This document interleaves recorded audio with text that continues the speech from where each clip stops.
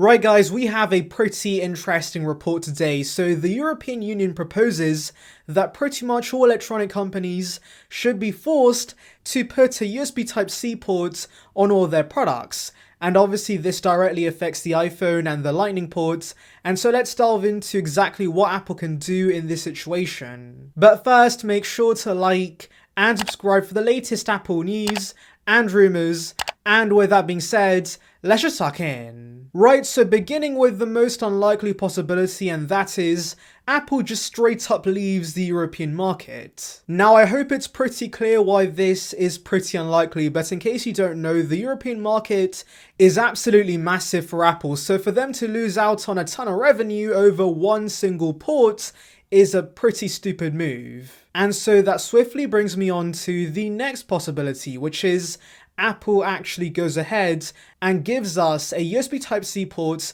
on the iPhone. Now yes, I know some of you guys might be thinking, why is this unlikely? Because we have USB Type-C on the MacBook, the iPads, but also Apple did co-develop USB Type-C, so if anything it makes sense to bring it to the iPhone. Well guys, the single reason we still have Lightning on the iPhone is because of money. Apple makes a ton of money off Lightning accessories, and I don't think Timothy wants to let go of all that revenue by moving over to USB Type-C. And so yes, I find it really hard to believe Apple's gonna be switching over to USB Type-C anytime soon. And that brings me on to the most likely scenario, the loophole that Apple can take advantage of, and that is going portless. So yes, for many years we've heard reports about Apple going portless with a future iPhone, and of course, with the introduction of MagSafe with the iPhone 12 series, this was pretty much the perfect way for them to lose the port.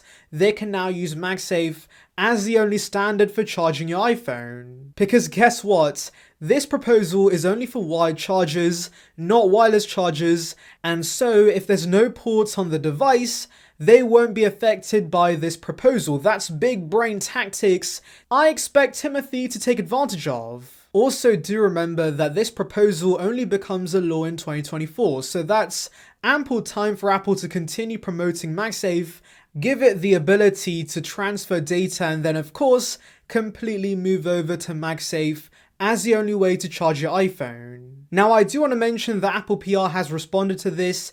They say this could be stifling innovation, which I don't really understand how. It sounds like the usual PR nonsense, but anyways, clearly Apple disagrees with this proposal, and so yes, that adds further evidence to them going portless. By the way, I do want to mention that since this affects all portable devices, does this mean the M1X MacBook Pros are not going to get a MagSafe port? Because, of course, that would go against this law and Apple can't really give us wireless charging on a MacBook, so there's really no other loophole Apple can take advantage of with the MacBooks. Though I do want to mention that of course, it's entirely possible that the M1X MacBooks can still be charged with either the MagSafe port or the USB Type-C port, and so maybe the European Union would be fine with that. Now, as for my thoughts on this situation, I genuinely don't care because I wirelessly charge my iPhone, and so I just don't care about the outcome of this situation. But I will say that USB Type-C is the superior port.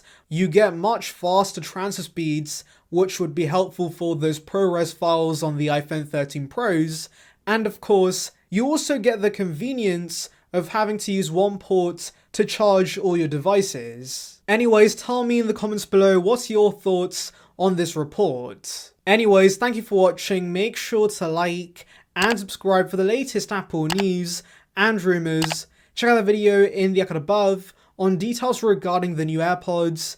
And on that note, I'll see you guys in the next one. See ya, peeps.